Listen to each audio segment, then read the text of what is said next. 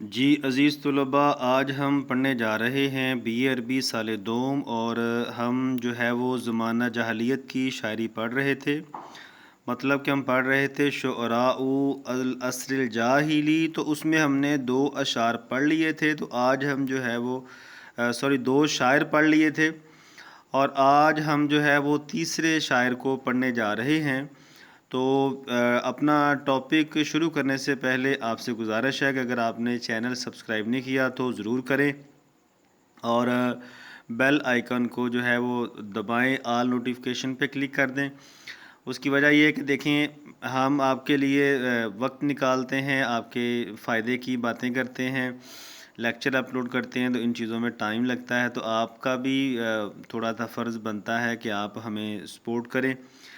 تو دیکھیں کہ ہمارے جو اس چینل پہ تقریباً 68% جو ہمارے دیکھنے والے ہیں وہ ہیں کہ جنہوں نے چینل جو ہے وہ سبسکرائب نہیں کیا۔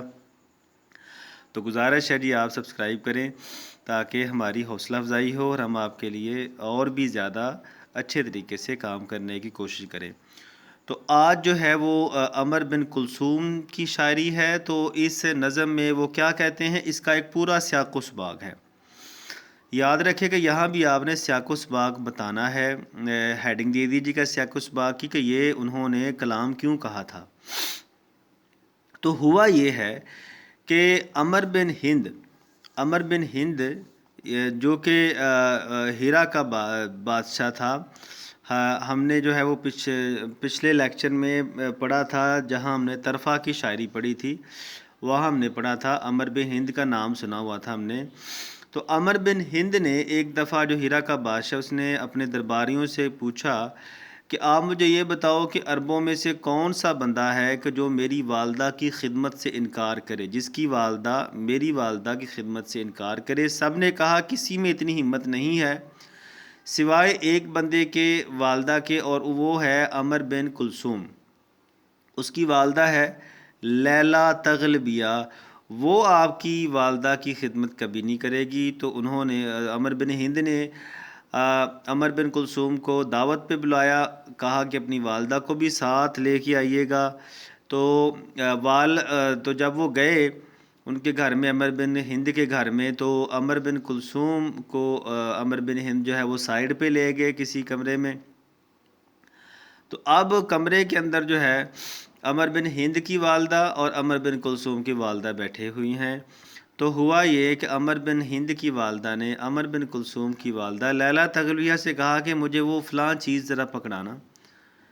تو عرب جو تھے وہ بڑے بہادر تھے اور غیرت مند بھی تھے، تو وہ سمجھ گئے کہ یہ میری انسلٹ کرنا چاہ رہی ہے۔ تو اسی وقت انہوں نے اپنے بیٹے کو بلایا، تو واقعہ سنایا۔ تو عمر بن کلثوم نے فوری طور پہ تلوار اٹھائی اور عمر بن ہند کی گردن اڑا دی۔ تو یہ تھا۔ تو بعد میں جب وہ اپنے قبیلے میں گیا، تو یہ والی جو نظم ہے جو آج ہم پڑھنے لگے ہیں، یہ جو ہے انہوں نے کہی تھی۔ تو یہ تھا اس نظم کا سیاق و سباق۔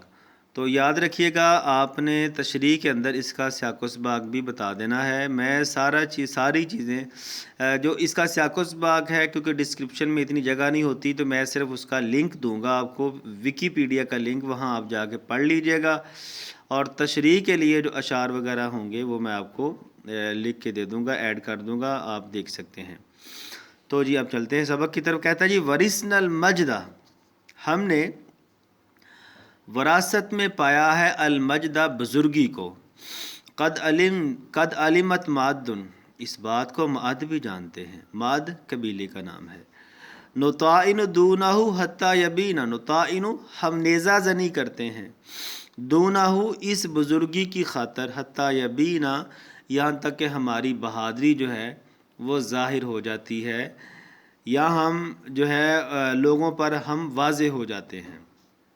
نطائن ما تراخ الناس عنا، ہم نیزے سے وار کرتے ہیں، نطائن ہم نیزے سے وار کرتے ہیں، ما تراخ الناس عنا جب لوگ ہم سے کیا ہوں، تراخ دور ہوں۔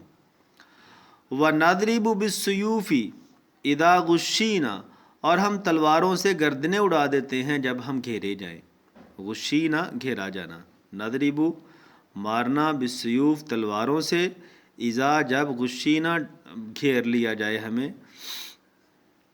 الا لا یعلم الاقوام خبردار کوئی قوم ہمیں یہ نہ سمجھے، انا تدعدعنا کہ ہم ڈگمگا گئے ہیں، وہ انا وقد ونینا اور ہم سست پڑ گئے ہیں، الا لا یجہلن احد علینا خبردار کوئی قوم ہم پر جہالت کا مظاہرہ نہ کرے، فنجہل فوق جاہل الجاہلین ورنہ ہم جاہلوں سے بڑھ کر جہالت کا مظاہرہ کریں گے۔ مطلب کہ کوئی شخص ہم پر ناواقفی کی حالت میں ہمیں کہیں چھیڑ نہ دے، ورنہ ہم بہت جو ہے وہ برا پیش آئیں گے۔